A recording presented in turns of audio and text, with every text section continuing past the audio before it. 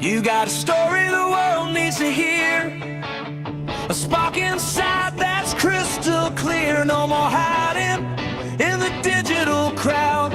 It's time to stand up, speak out loud. Every dream starts with a single sound. Your message matters, let it resound. The spotlight's waiting, the mic is yours. Step into the moment, open the doors. Your voice, your vision, your stage.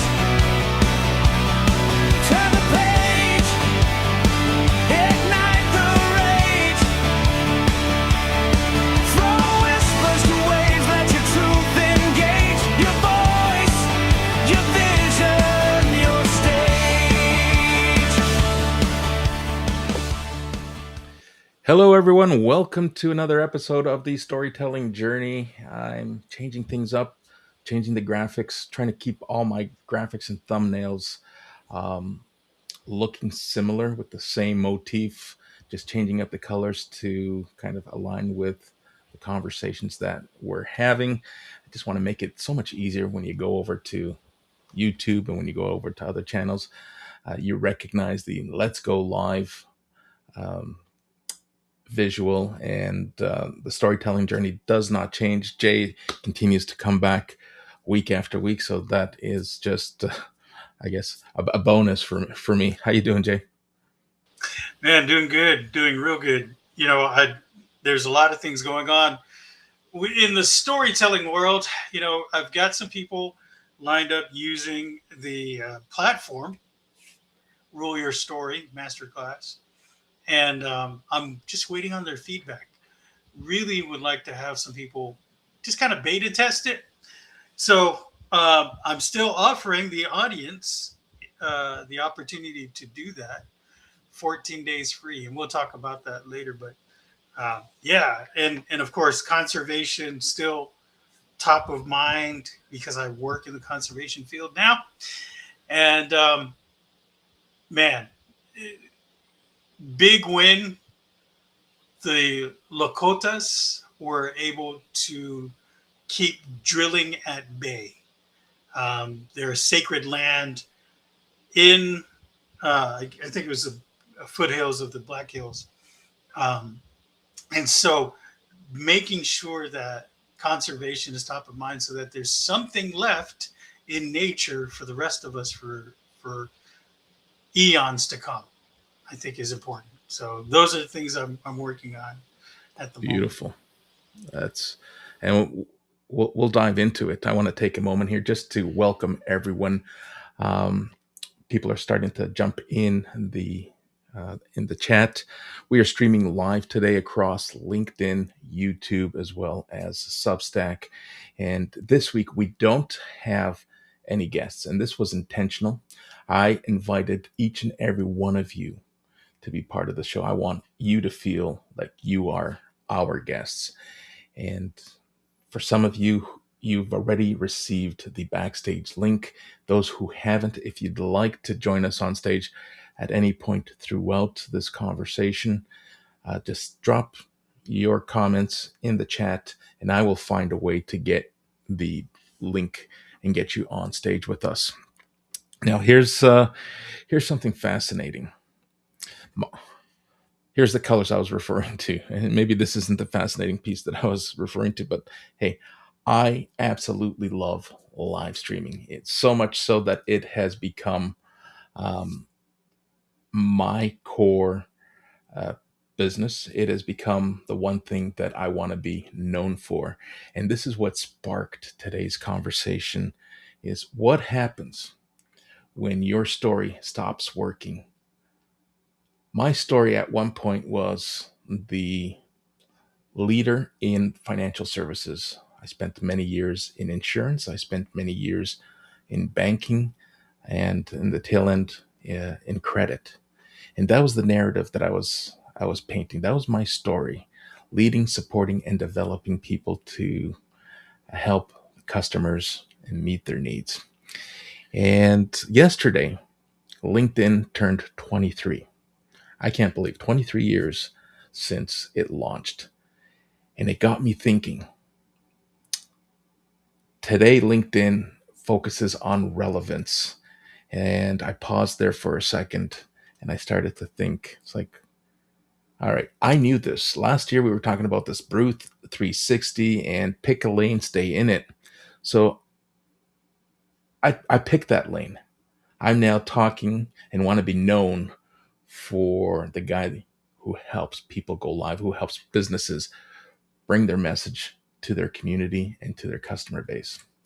But what happens to the narrative that I once used to talk about that is still across the social ecosystem, that is still searchable, and that is hindering my ability of being relevant, being visible, and being discoverable? So I thought this was a great time to bring up the discussion and allow our friend Jay, who is the author of The Rules of Engagement in Storytelling, to help us have this conversation. And I'm really interested in anyone who's listening and wanting to join and be part of this conversation. Let's talk about what happens when your story either stops working. We'll start with stops working, and then I'd like to kind of let it evolve naturally and talk about what happens when your story is no longer relevant. It continues to work, but works against you.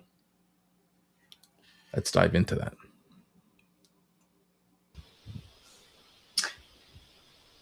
So, Americo, there was a time, right, when I worked as a manager at a call center. And man, I worked so hard to get to where I was at the peak of, I think, a huge opportunity. And then COVID happened. We had a campus filled with 500, almost 500 agents at one point. And 4 different campaigns, 4 different vendors, partners that we were working with. And boy, we had from corporate 1 month to close the campus and still keep a majority of our agents employed and working for our partners. It was a daunting task. And I'll say we did it. I mean, we were saying, go home and make sure you have this, this, and this ready. Okay. We gave them all the tools necessary.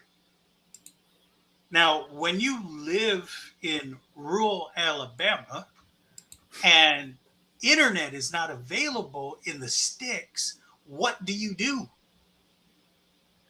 And we had maybe 20% of our staff still looking for opportunities to work from home and could not because internet was not available.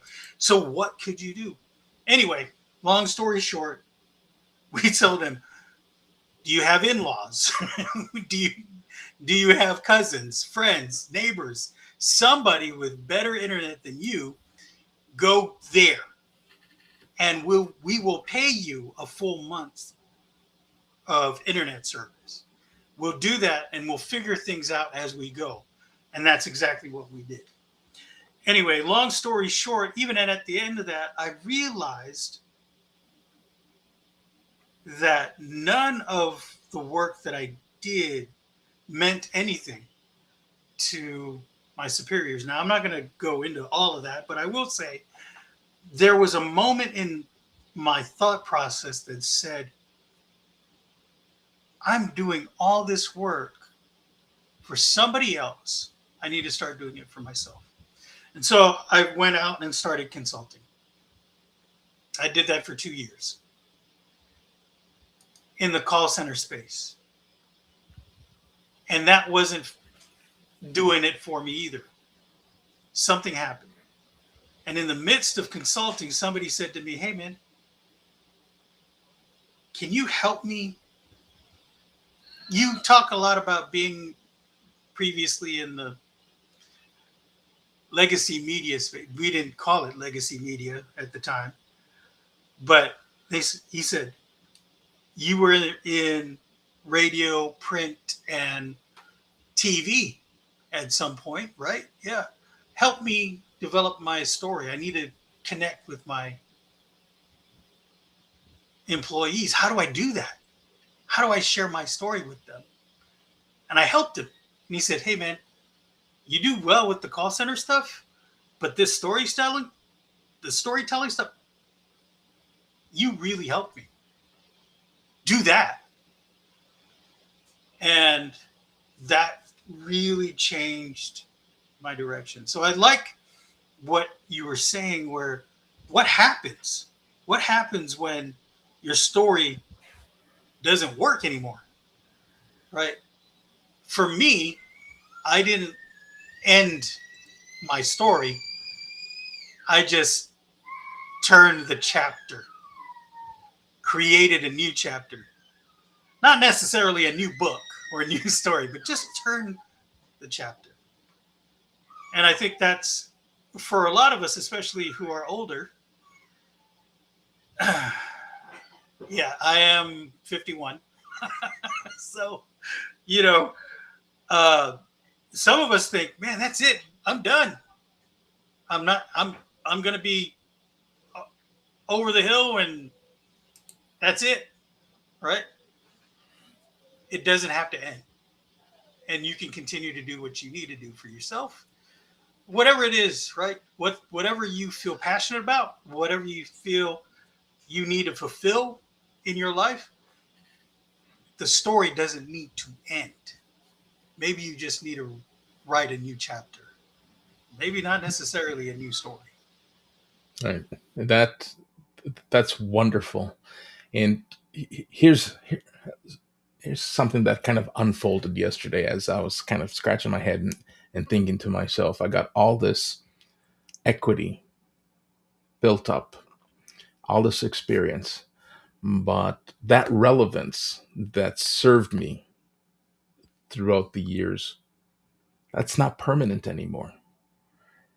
And, we all talk about AI and how AI is influencing how we become visible and how we become discoverable. And when I entered a search on both browser-based searches as well as AI-based searches, and I wrote, what is Americo Costa best known for? And it came up with a relevant explanation of who I am and what I'm best known for today. And when I went back to my LinkedIn profile, it captured some of, or most of that at the top. But the roles I had 10 years ago were still there. And they're no longer relevant. So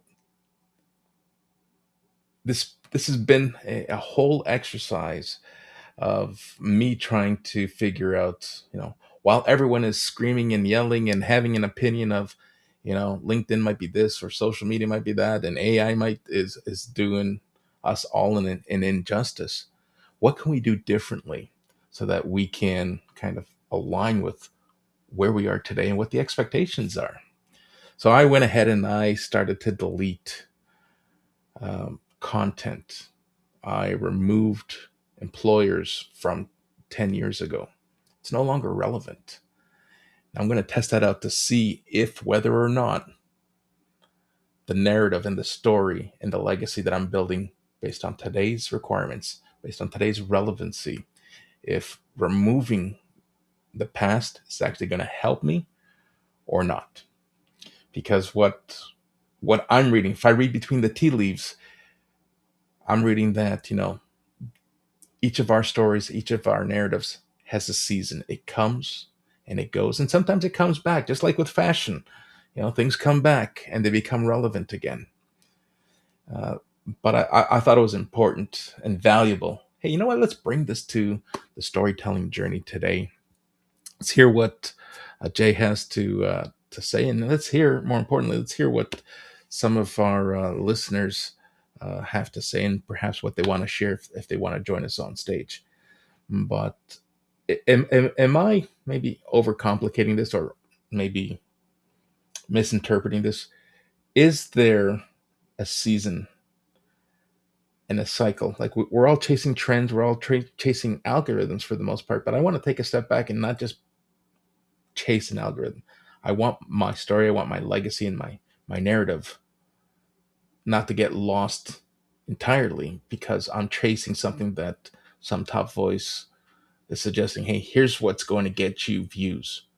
But views don't always translate into relationships or business or whatever your objective might be. So where do we draw the line in knowing when to let go because something may no longer be working for us within our story and within our narrative? Oh gosh. So Americo, this has actually just hit me recently. Like 2 days recently ago. So if you don't know, and if those of you out there don't know, I work with Misha Mebane. And Misha, she's my coach, right? And man, I'm going to tell you right now. Recently, even before this, 2 days ago, there is a person out there who's working in the HR or worked in the HR space for like years. She was also a hiring manager based in Georgia now. And she caters essentially to the 50 and over crowd, right? And usually, like, her message is essentially, it's not over. Just like I was saying earlier, like, if you think that your career is over, pivot. That's basically been her message. And one of her articles recently, I keep saying the word recently, got to stop doing that. But a couple of months ago, she wrote this really short article about how comfort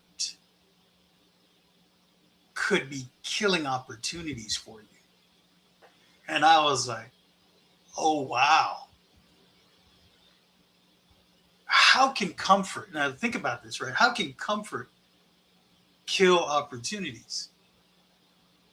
And I thought, oh, I really understand this. I really can relate to that phrase. It's in the fact of being uncomfortable that you can elevate yourself. And I'll go into surviving a tornado as an example. I survived a tornado. I didn't want to have to seek help and resources in different ways. It was a struggle. It was traumatic. I had to relive my experience over and over again, trying to explain my story to other people. And I just didn't want to do that, but I had to. I had to in order to move forward. So in that discomfort, I was able to get my family where we needed to be, into a home, and with the resources we needed to continue our lives. And so it really hit home for me. For those of us who are 40 and over, right? Some of us were pushed out of jobs recently, and in the last few months because of certain things going on in the market. Does our story need to end there? In that discomfort, you have an opportunity now to do things you've never done before. Or you could sit in your comfort of, hey, I'm done. I don't need to go out and do things anymore. I don't have to get up at 6 a.m. in the morning and beat traffic or do none of that. I can just sit at home now, eat my potato chips on the couch and be done, right? Or I could pivot. And, I've spoken to some people who have been in that situation, and that's what they see as well is like, oh, wait, what? This is an opportunity? This discomfort I'm feeling, the unknown? Yeah, absolutely. Take it. Take it as an opportunity. So let's lean into Mike's comment here. Ageism is only an obstacle if you allow it to be. And one of my speaking notes here, I got written down: knowing when your story has expired. So age might be against you. Organizations get younger, and technology makes advancements, and you find yourself on the tail end of a decision that you've seen evolve and happen to others over the years. You've come to that point. So you touch on pivoting, knowing when to pivot. But how many of us, and I'm guilty, I've caught myself doing it, and people have, coaches and mentors have stopped me in my tracks and reminded me that, hey, do you not think that this message, this story is getting old?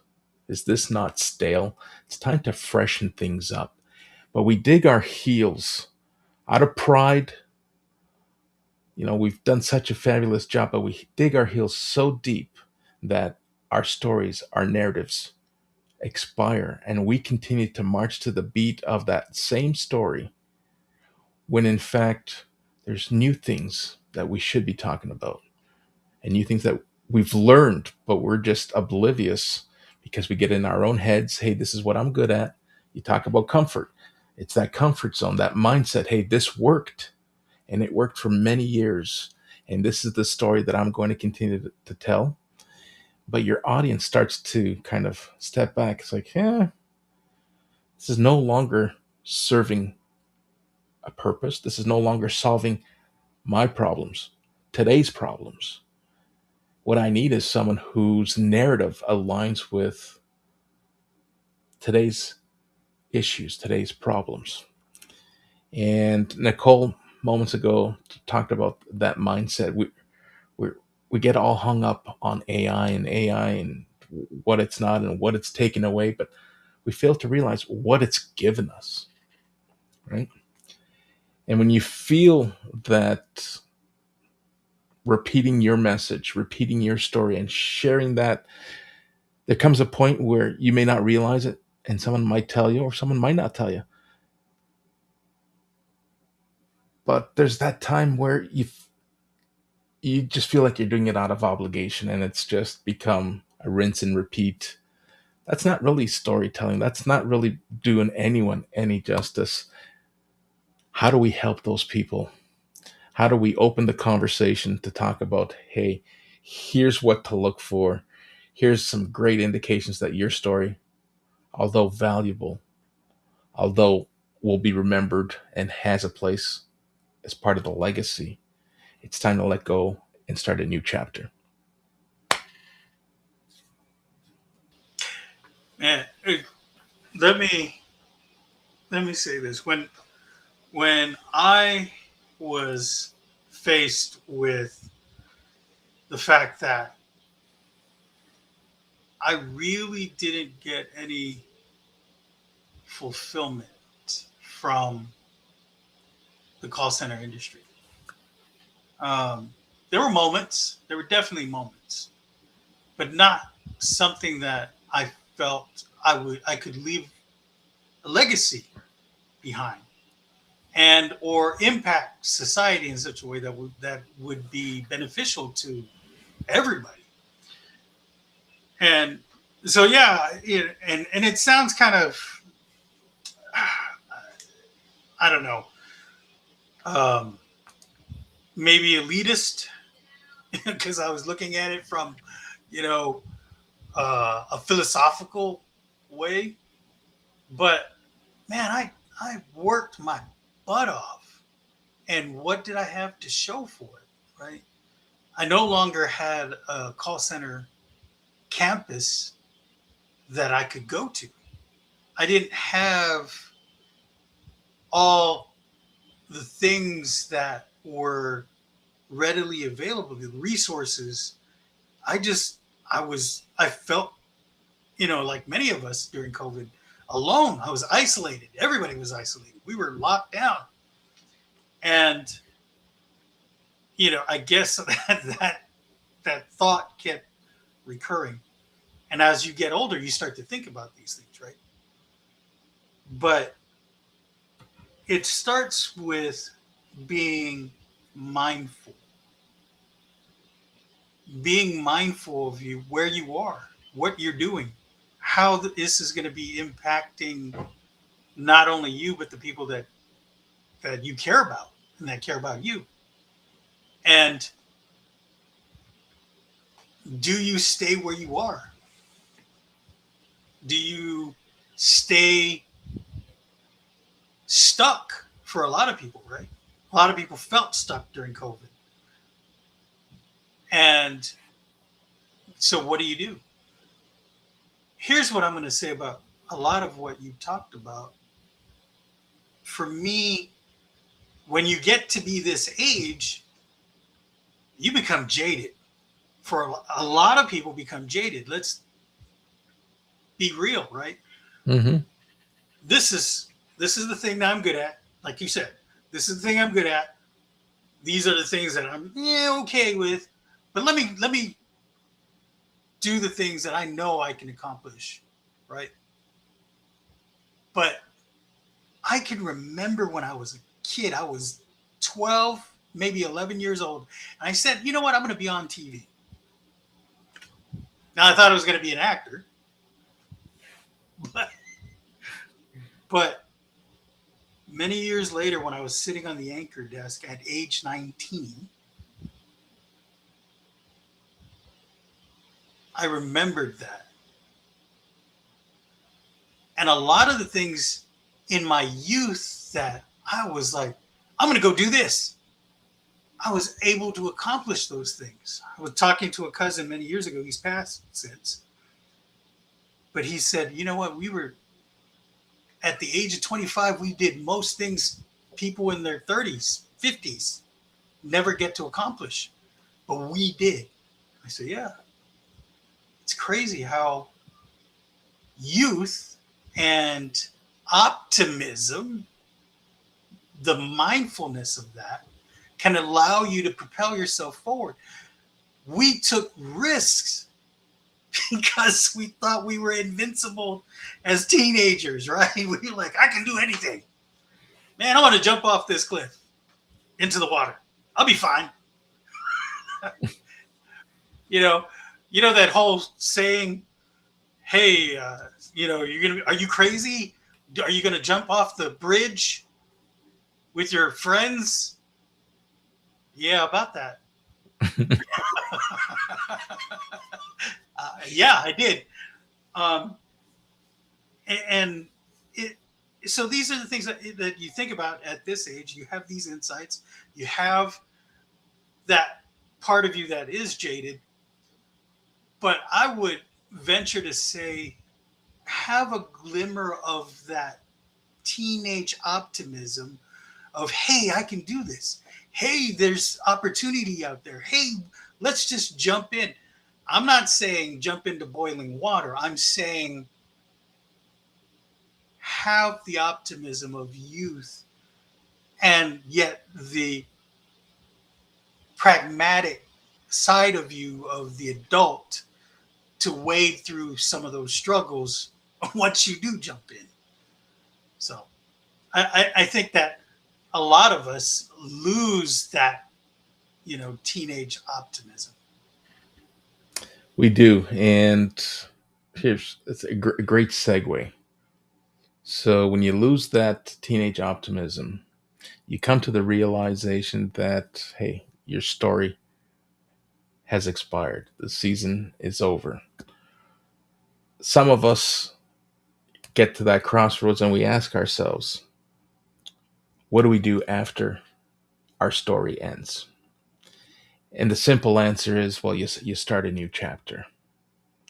Well, some of us recognize that, yeah, it's as simple as talking about, hey, let's start a new chapter. Many of us, and we label it as imposter syndrome, imposter mindset, but many of us realize I can't just jump straight into a new chapter unless it's polished.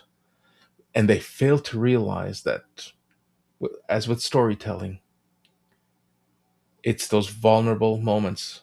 It's when you fall on your face and you get back up and get yourself back into the lane and building the next chapter without fear of being judged. And age does that. You reach a certain age where you really don't care. You, because you touch on being jaded. You tried so hard when you were younger, and you feel like it got you nowhere. So now being jaded has influenced some of the way of your thinking. But there are some of us who are sit on both sides of the fence here. How can we help those, especially those who feel that their next chapter has to be perfect before they move forward, when it doesn't really have to be perfect at all? It just has to start. Share with my thoughts. Share with what you've learned. Yes, bring your past, but take those learnings and help write the next chapter. People are afraid to ask questions. Hey, I'm ready to move on. They've accepted. All right, it's time to write a new chapter in my story and to bring my legacy to a whole new level. But I don't want to ask questions because I don't want people to know that I'm vulnerable right now. Let's get you to digest that, and then we'll jump into Mike's comment here, or Soulful Squirrel. Really, the thought that comes to mind really is about how, well, I'll use this analogy. There are a lot of people who won't share their story because of that very reason. I want my story to be polished. I want it to be perfect before I share this with anybody, let alone going to the printers. And then they get stuck on one chapter, the very first chapter. I'm stuck. I can't go any further. Here's the thing. I say, write, just pour everything out, put things down on paper. I like paper. Put everything down, right? Type out those words and let it just go. And you can always take it and go back and put things back into perspective the way you want it. Look at it as a puzzle. Maybe this doesn't belong here. Maybe it goes there. But you're never going to see the whole picture of that puzzle if you don't get started on the little pieces. You need to start with the little pieces. You need to just let it out, let it go. Put it down on paper, put it into the computer, put it down in your tablet, whatever that's going to help you move forward just by putting down that one word, getting started with the little pieces. And before you know it, you'll see the mosaic of that puzzle come to fruition. You'll be able to see it in its totality. But it starts with that one word, that one puzzle piece.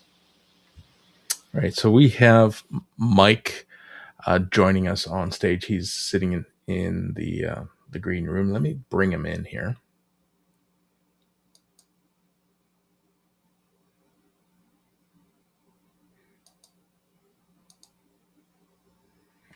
Mike, how you doing? I'm doing well. This is a very exciting subject for me. Um, I'm loving what you guys are saying so far. I am 61, 10 years Jay's senior, and I had to go through, looking at exactly what we're talking about tonight. And uh, as you mentioned a minute ago, what I think we have to go. I had imposter syndrome, even in cybersecurity, which is kind of mind blowing to me. And so what I had to do is I had to go back and say, which is in that comment, what skills do I have, or what has stood me in good stead throughout my career? Persistence, integrity, a kind of can do spirit. I've learned how to triage problems, any problem. It's not the tech. My heart fell a little bit when you said, "What happens when you lose relevance?" Because I don't think you do. I think you need to, you may need to re-examine sort of the situation and then adapt to a new situation. Like, what I'm doing is a perfect example. I've spent, I don't know, 30 years as a poet, but I never really pursued it in any big way. I never published. Um, I was a vocalist for a number of years. And I did it for, churches and stuff, but I never thought about doing anything, really, to put it out there. And I think a lot of us have a lot of skills and experience that are horribly valuable, that we are not necessarily bringing out to the world, in fear, or in like you were saying, having to have it all polished, or what Jay was saying. And I just want to encourage people, just do it, because you can kind of analyze things to death. You can have analysis paralysis. And by the way, there's other people doing it that are probably even less qualified than you, that are just going out and doing it. And you have every right and every, and I actually feel, and I'm kind of strong about this, is I feel that we have a um, responsibility actually to bring the best version of ourselves to the world. I don't know if that makes any sense, because we can act as mentors, or leaders, and encourage others. And the last thing I wanted to bring briefly was this idea of community. I think community, when in support of each other, as whether we're pivoting, or whether we're maybe even someone new to the game. I just think community is so important, and uplifting and mutually supporting each other is so important. So thank you both for what you're doing, and thank you for allowing me to jump on stage. It's a pleasure having you on stage, Mike. And I want to piggyback on something that you said, and I love to hear your thoughts as well as Jay's thoughts.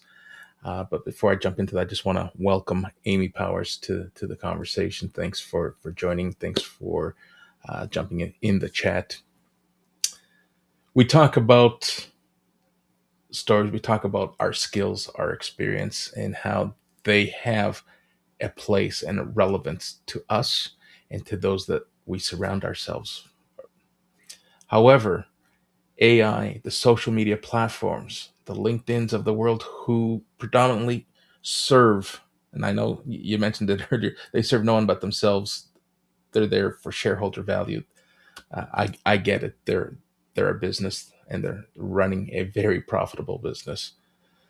But they're now telling us that in order for us to be relevant, we gotta either remove part of who we are, because if we keep part of that story, is part of our fabric in their space, that we're not going to get the visibility and the discoverability that we deserve.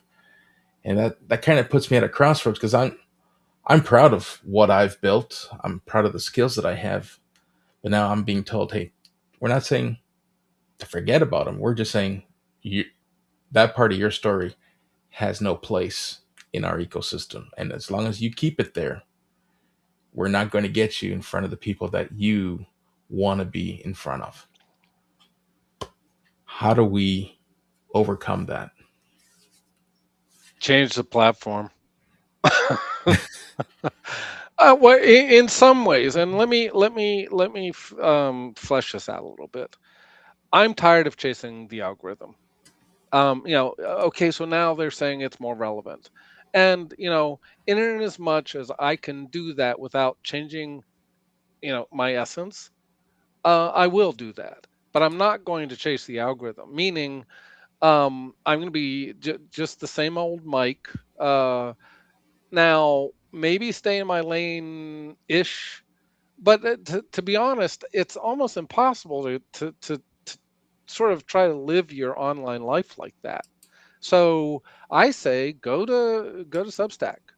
At least Substack, for me as a creative anyway, I just think that's or any other platform that seems to fit what your needs are. If LinkedIn isn't serving your needs anymore, from a visibility perspective, find another platform. And then maybe, and this is what I was trying to hint at before, is maybe use it as I don't think it does great, but as a community builder. So if you're building, if you're trying to, you know, create connections, maybe create them, and then maybe even take those off platform, and take them to school or take them anywhere you need to take them. Um, as I don't know it, because it's increasingly more frustrating to me. I was listening to you on YouTube because my LinkedIn keeps on crashing. So, by the way, it doesn't seem to crash as much on the phone. But I guess what I'm saying is, at some point, you as as sort of the captain of your own ship, have to really determine, okay, is this really serving me anymore? Like Jay was saying, his experience in the call center stuff wasn't serving him. You need to make a determination. Say, is this the platform I need to be on? Or again, maybe there's a different way to use the platform. That's what I got for you. So here's an example. I'm going to give you a real life example. As much as I try to pivot and stay in the lane, talking about live streaming and how live content can help people get seen, get heard, be valued, be remembered, that has been the mantra that I speak. My content and my story go hand in hand. I understand that some of the platforms dictate, hey, here's what you got to do if you want to appease the algorithm. And I totally get it, Mike. I and respect the fact, let's not focus on an algorithm. Let's stop chasing the algorithm and just deliver value. Just be present and share your story, build your legacy as if it was yours and not that of LinkedIn and the social platforms. But in doing that, I will repurpose, redistribute my message, but I will always put those who I'm serving, working with, or spotlighting at the center of my message. So while I want to demonstrate value, and while my narrative and my story is, I'd like to help people become comfortable with themselves. Sometimes it's comfort on camera, sometimes it's comfort off camera. I want to help them plan, promote. In some cases, they want to monetize live content. There's a whole variety of lanes that live streaming and live content falls within. But when I spotlight someone, I will take that story to Substack. I will take that story to YouTube and meet those audiences in formats they prefer to consume the content. Now the algorithms are looking at this like, all right, Americo, his story is live streaming, and he wants to coach, he wants to moderate, and he wants to produce events not only for himself, but he wants to help others do the same thing. But why is he talking about music production? Why is he talking about storytelling? Why is he right? So it's picking up these nuances that are part and parcel of the people that I support and the people who I work with. But that's my story. And I can chase it till the cows come home. I will never be able to appease an algorithm. But I'm getting tremendous value from people who are reaching out and saying, don't stop doing what you're doing. You're delivering a tremendous amount of value. But it's not getting the visibility that I would want. Ironically, LinkedIn reminds me every time that it recognizes a good post, hey, you can boost this to get more eyes on it. So it knows that it's good content. It purposely throttles it and it wants you to pay for it. And I'm not in a position to encourage anyone to pay to have their story broadcast. Your story could be content, but it's got to be organic. Because if you start paying for those vanity metrics, then your story gets lost. Does it not, Jay? I this is something that a lot of people struggle with, right? Um, and it's the authenticity, organicness of things, right? I want to be able to put everything out there the way I see fit. I say, just like in the discussion we had earlier, be mindful, pivot. Maybe what we can do, and like in your case, Mirko, when you're trying to help people go live, offer LinkedIn. Hey, LinkedIn has a great opportunity for you. You can do one of two things. You can actually be live and, be viewable by the public, or you can, you know, do what Mike is doing and have an avatar, but you get your message out. And as long as you're within the algorithm, you're going to be able to be seen and heard, and, you're going to be providing value. Now you won't be seen by, you know, thousands or maybe, even hundreds upon hundreds of people, but this is where you can get your sea legs and then still share your message, right? In a way that is acceptable to the algorithms, but then go elsewhere, like Mike was saying, where you can be free to create what you want to create and give a message that you want to give. I think that there's room for a hybrid of that, right? Especially in confined social spaces. It's like going to the Chamber of Commerce and giving a speech, right? Now, you have a great message about storytelling, but are you going to be talking about, mental health, maybe? Or are you going to be catering to them about business? The message is still there. It just needs to be tweaked a little bit to be able to be in that social space. I think that there's opportunities as long as you're able to say something, share a message, put something down. Substack, I think there's still a lot of opportunity in Substack, right? I think it's still in its infancy. I know that sounds weird to a lot of people because they see it as, a really good place for content. But there's so many things that can be done. I think, there's a place for Facebook, right? But other people don't. What you need to do, and part of it is, who's your audience? right? Knowing your audience, knowing your message. And if you have a message that you want to bring to LinkedIn, who's it for, right? Same thing with Substack, same thing with Facebook or wherever it is, YouTube. I, in marketing, man, you'll see a whole entire board of lines going everywhere because marketing says you need to be in all places at all times, right?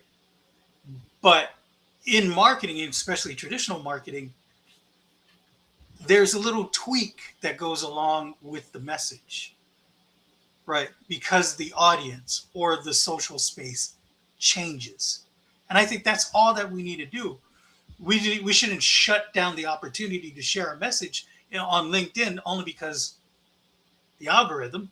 I think we should pivot, allow ourselves to, put the message out there in a way that is acceptable to the algorithm and still provide value. Mike? Jay, there's something weird going on though with and um I don't know how to say this.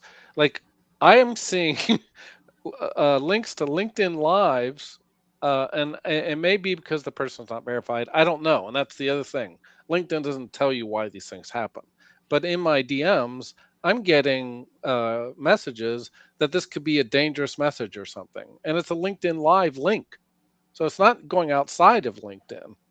So I guess what I'm saying, and I was thinking about what Americo and you were saying, and I'm like, I agree with you in that we don't just jump ship, but at the same time, it's like I don't want to have to change. And this is a Rick Rubin saying that I kind of agree with in a different way.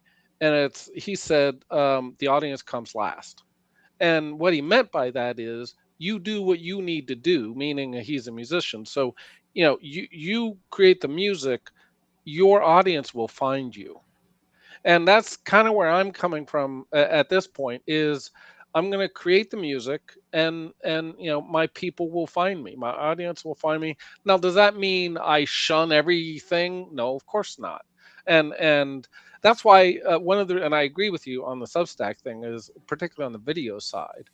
But the one thing I like about Substack, and this is where I see the kind of the big value of Substack, is you can push it to all these other platforms, so including LinkedIn, at least for now. So I'm just scratching my head to say, why is LinkedIn this walled garden kind of forcing me into a box? So yeah, I'm gonna still post and I'm gonna support people like you and Americo and when you do the shows and stuff. But I'm really kind of pulling back to say because I've been very, very busy on LinkedIn, uh, including newsletters and posts and such. And I just realized I had taken part in this Kindness Counts campaign 2 weeks ago, and I was just amazed at how we all pulled together. And this is where I want to talk about community is globally, we from people from all over the world just took a week out kind of and focused in on being kind. And it just blew me away that and as far as I know, it kind of started on LinkedIn. Now, what I found out later was there's hundreds, if not thousands, of organizations that are doing this every day. But I guess what I'm saying is, LinkedIn is a platform that can be absolutely useful for whatever we need to do. I just feel that I'm like constrained a little bit, and I'm kind of pushed into a box. So I'm going to continue to look at other platforms as well. That's all. All right. Let's let's jump in and thank you, Mike. And I think we can piggyback on Elaine's question here and our thoughts and opinions on whether it's LinkedIn or other social platforms. But Elaine is asking, how can we get around shadow banning on LinkedIn? And if we tie this to storytelling, I'd like to share my thoughts and then kind of hear what you have to say to help Elaine with the question. Storytelling is content for me. I come, I share what's transpiring, what's happening before an event. I host an event, and then I will share the story behind the event. This is content. I host these events once, maybe twice a week. This is free content, but it's there to help amplify the value that I bring and to help others envision how they themselves can have a similar strategy built to gain the visibility as well as the discoverability. And then questions like Elaine's, like, what happens when I get shadow banned? And to answer your question, I'll share my thoughts. LinkedIn, I think more than any other platform, loves it when we feed its own ego. If you talk about LinkedIn and how great it is and how you can help others evolve and live happily ever after without leaving the confines of this walled garden, then you will gain the visibility that you want. If you say, I love LinkedIn and I want to help you, you know, get better, get to the visibility you want on LinkedIn. However, in order to learn more or to work with me to get you to where you want on LinkedIn, you're going to have to visit me outside of LinkedIn. Then all of a sudden, LinkedIn puts the brakes and says, all right, hold on a second. This is no longer working for us. So it's really strategic. And this is what I've observed. Storytelling, yes. Social selling, absolutely. The minute you put a call to action that brings someone outside of LinkedIn, show's over. So the key and the trick is to deliver value with your content, but do it in such a fashion that you continue to build awareness and have those who are consuming your content consider reaching out to you on their own fruition. You can't spell it out and say, hey, come meet me over here, because it will stop you unless you're paying for it, unless you have a LinkedIn, um, what's the membership, what's the big one that people pay for, Sales Navigator. If you have a Navigator account, yes, you're paying through the nose, but it gives you a little more flexibility. If you're on a free account or a premium account, there's a lot of restrictions that will stop you. And that's why I always lean towards, spread your message. I'm always streaming on three platforms. My core platforms are the LinkedIn, Substack, and YouTube. It may be three different for you, but as long as the three that work best for you are pointing people, educating people, and pointing people into each other's ecosystems, you'll you'll get by. But you got to be very cautious as to how you walk people through in those calls to action. That will make or break your content. All right, gentlemen, who wants to go first? Well, I'm going to I'll go. brag you up, so I'll go first. I think you're doing a great job at the what you call the asset reuse. I just think you are. You're doing, like the show that I did with you, and then you did a great article on Substack. And I think in answer to Elaine's question, I think that's a must almost. And it's not just because LinkedIn's a walled garden, because you took a video, so it's video content, and then you're basically transcribing that into an article. And actually I thought I don't want to I don't want to say this, but to me, the article was as good or maybe even better than the video. I mean, I thought the video was, the show was good, but how you wrote it, dude, you have a way with words, whether it's on video or written, and so I just think that that's certainly, a way around it. And you also said know your audience, and I think Jay said that too. Is know your audience and write for your audience. So if it means that you repurpose, then repurpose on another platform. Kudos to you and Jay for that matter. Thank you, Jay. I think one of the things that Mike brought to the conversation was community.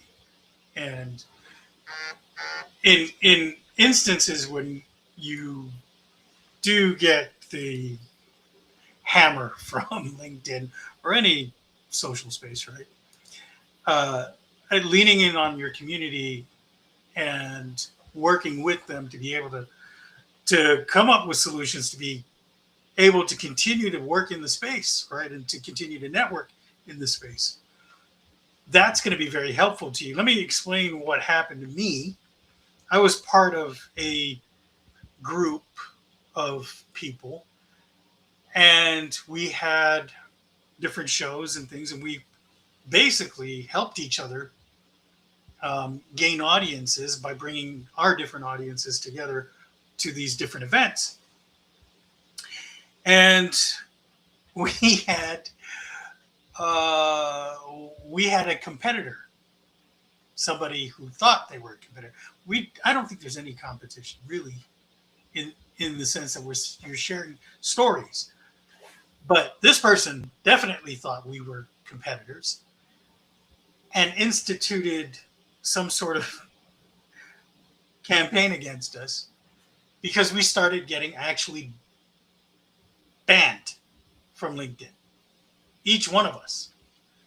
And it was systematic, and we found out all of this stuff later on. But that LinkedIn verified thing, man, it was weaponized against us. So we just had to follow the protocol. Anyway, we got back on. But during this time, we were banned for 2 weeks. Some of us even a whole month. And the other creators on LinkedIn can verify this. They had similar issues. But somebody was actually going in and reporting this as an issue. And it got us individually banned. So what we did was we basically came together as a community of creators, and we helped each other understand what we could do in the meantime. Like we would show up on somebody else's live through Zoom. And so we were able to show up even though we were banned. See, there's ways that you can really lean on the community to allow you to still to be able to network and do the things you want to do in these spaces. Community is important. And I'll give you an analogy and a good example of this. I'm from an island, right? And after storms, you can't just go over to the next county and get power or resources or utilities, right? There is no next county. There's just water for hundreds of thousands of miles. So what do? You lean on the community that you're in. And there was a friend of mine who had a song locally on the island that had a whole bunch of phrases about, stuff he really enjoyed. And in a verse, he said super typhoons. And I kept wondering to myself, why the hell would you like a super typhoon? You're crazy. Dude, that's nuts. And he said, no, it's not the super typhoon. It's not the fear. It's not any of that. It's what happens afterwards. You're there together as a community, pulling together resources to help each other. That's what was important. That's what he loved about it. He loved the fact that all the technology, all the stuff that distracted you from being together as a family was off, shut off completely. You had no more battery life. There was no connecting to the cell towers. You just had you and the person sitting next to you. And you communicated. You had story time. You were able to put shadow puppets on the wall and tell a story. These were things that you would normally not do if that situation didn't happen. And in my case of surviving a tornado, what I in my messaging with the tornado thing, I came up with this phrase, and it's like, hey, we all experience storms in our lives, right? Some to varying degrees, right? I just happened to survive an actual tornado. Don't let that happen to you, to force you to come together as a community, as a family, as a cohesive network to be able to do what you needed to do to be successful or to enjoy your life, right? So these are the things that I think are important to understand in situations like that. So Beautiful. This is a wonderful conversation. I really love the fact that uh, people are engaged in the chat. I like how we took a break purposefully from having a key speaker, guest speaker. I think it's important that every once in a while just take a step back and just have a open Q&A. And today was that exact agenda was to welcome everyone in. Let's talk about what's been transpiring and how it impacts and influences our narrative, our legacy, and our stories. Uh, we find ourselves often competing against the opinions of others, the trends that others are suggesting we need to get on. And I think we took a step back and shared with one another that it's okay to be imperfect. It's okay to accept the fact that our stories may have an expiration, but it's just as important to know that with that expiration comes a new chapter and opening ourselves to writing that new chapter without waiting for it to be polished because the narrative, the legacy, and the story must include the journey and not just the destination. That is going to be my closing statement. I'll let you two bring it home, and I will end the show. For those who are still with us, I want you to listen to because I play it more than I care to share. But Mike had written a song for our community. We're talking about community, and Mike, being the founder of Signature Soundworks, this is what he does. This is what he is recognized for. And if we actually, you know what? Let's ask the question, Mike. If I were to follow today's post that I shared, if I were to type in what is Mike LeBlanc known for, what will my search discover or uncover? Well, I did that on LinkedIn and it found me immediately. Um, but I haven't actually tried it in SEO or AEO yet. Um, I thought I had done something, maybe made some tweaks to my headline. I don't remember. So I'd have to do it again. I don't think I'm probably as visible as I want to be in that regard. Um, but yeah, I actually haven't really gone as far maybe as I should in that regard. Uh, and to be honest, from the bespoke or signature soundworks perspective, I'm kind of wanting to do that more organically because I care very deeply about those. I mean, I care very deeply about my other tracks too, but I think one of the things that I'm maybe differentiating myself a little bit from others that are doing that service is that kind of in-depth kind of crawling around, finding out what's important to Americo. What what would he enjoy hearing if it's like a birthday song or whatever.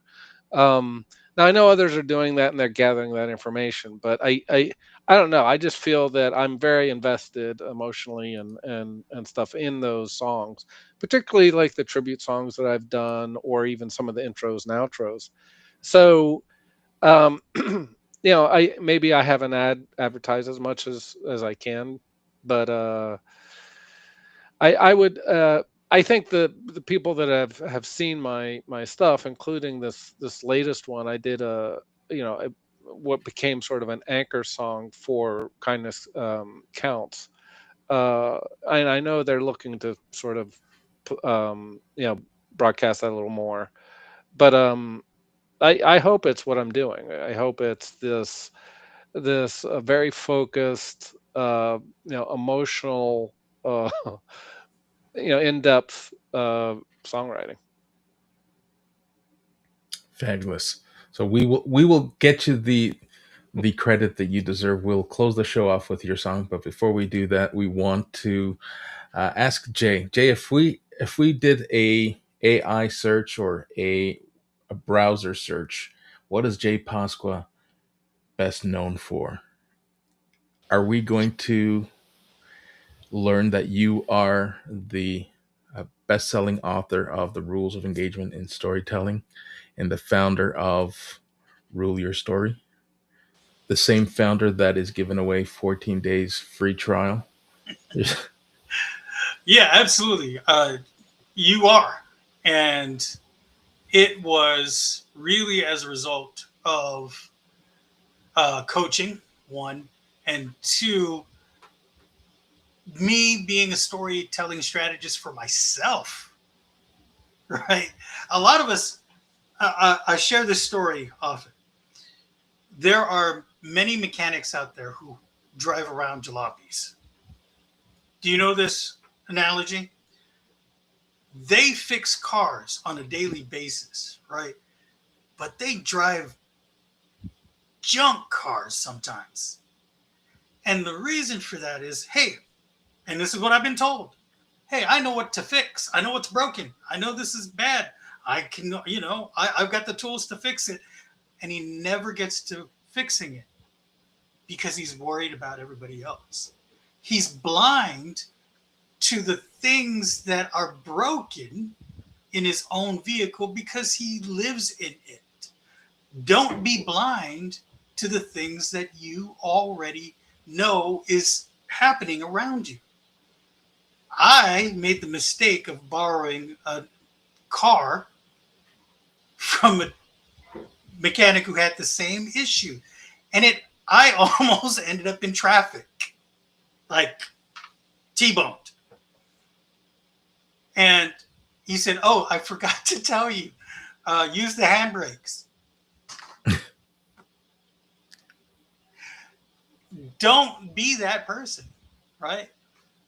Be mindful. You know what's going on. Don't be blind to the things that's happening around you. Understand that there's different things. You don't have to be stuck, right? Pivot. Write the next chapter. You don't necessarily have to write a brand new book. Just turn the page. That's really all it is. Just turn the page. And if you're at the age like I am, we may turn the page a little bit slower than we did in the past, right? Maybe we're still not turning the page that's on a tablet, but turn the page. And maybe lean on your community to help you get there, right? Pivot. Be mindful of what's going on. And if you really like being on your couch eating potato chips and not moving to the next level, then maybe that's where you want to be. But if you don't and you feel uncomfortable, take action.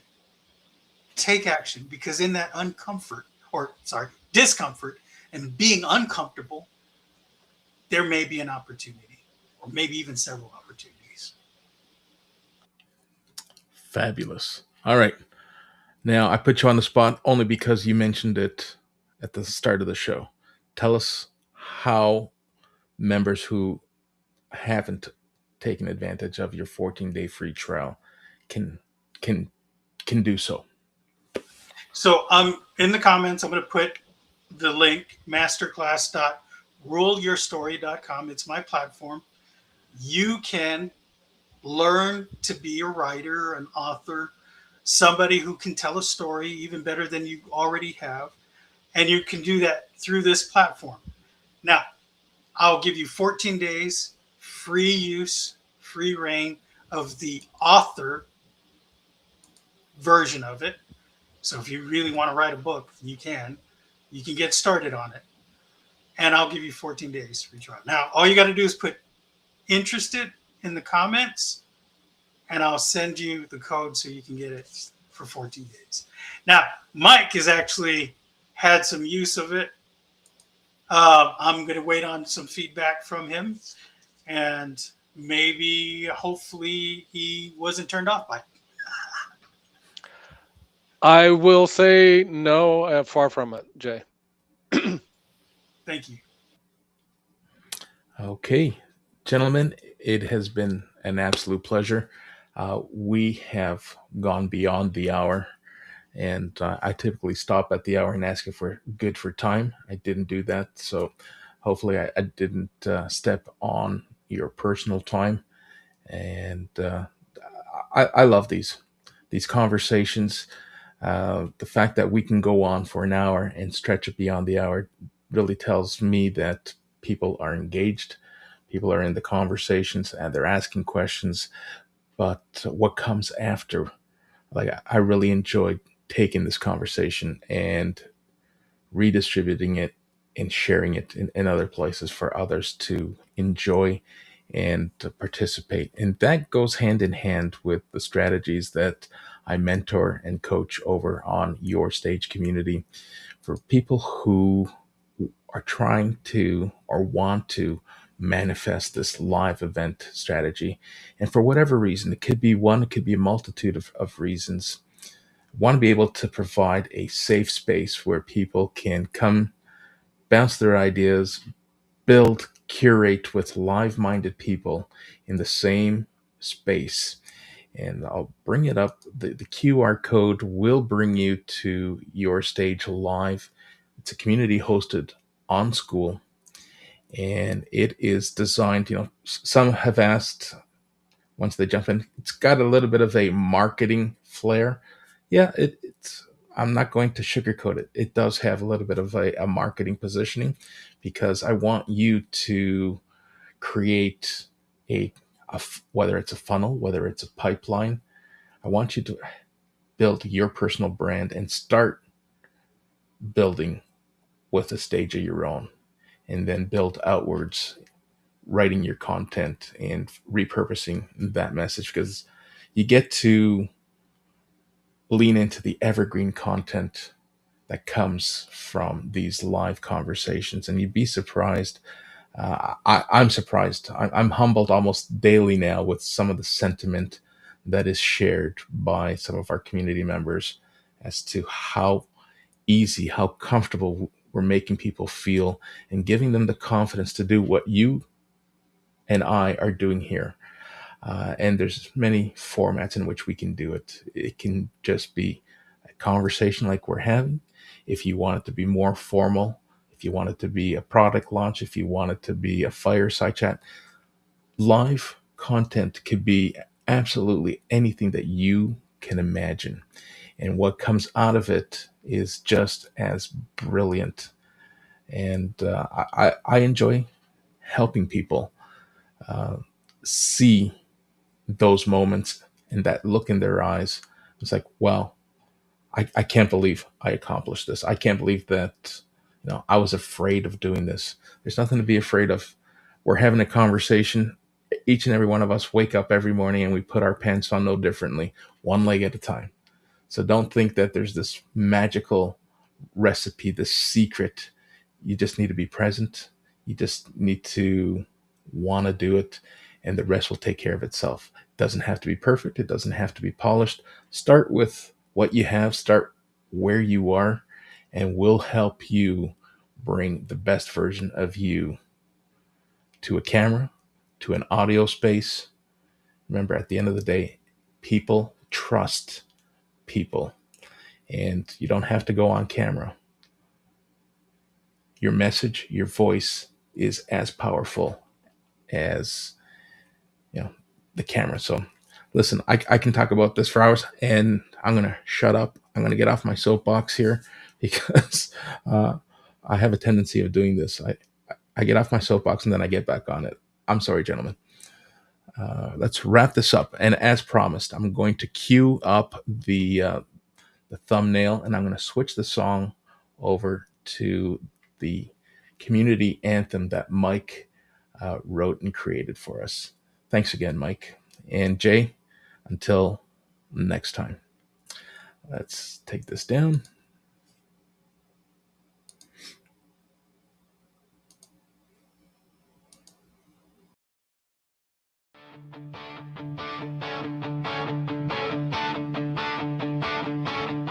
You got a story the world needs to hear, a spark inside that's crystal clear. No more.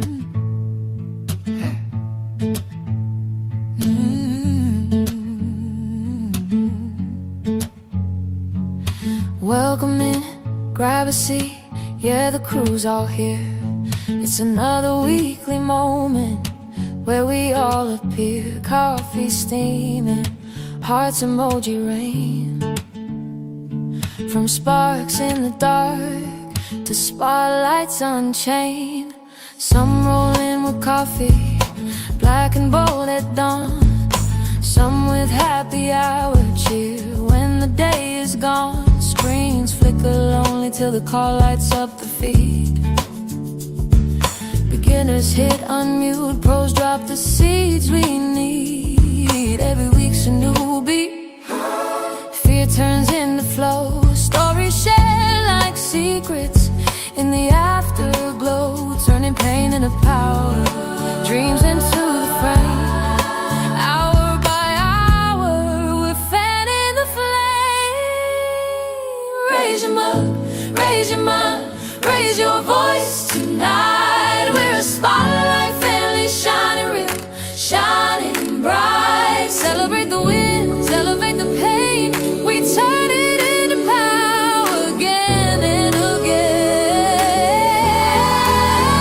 Into your stage community, where your voice comes alive. Your vision runs free, yeah, we show up and thrive. It's a happy hour hangout, our coffee hour tribe. We laugh, learn, lift, mastermind vibe. When the chat lights up, hey, that's our way. Drop your gems, drop your truth in the Q&A. Bold and unique, we bring the heat. Bring the heart. Your stage community.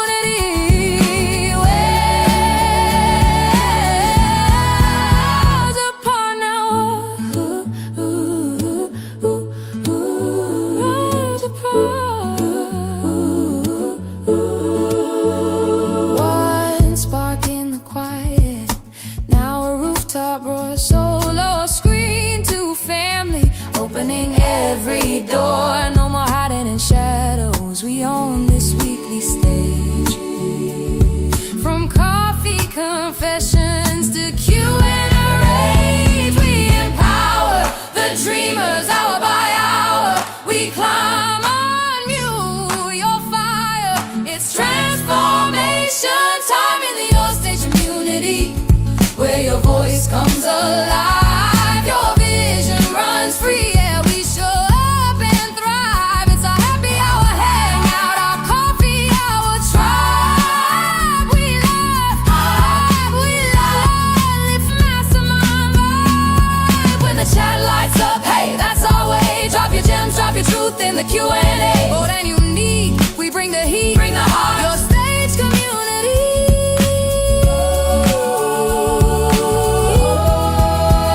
Worlds apart, now one heart.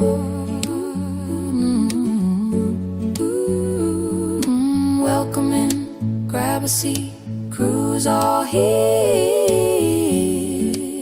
Your stage community.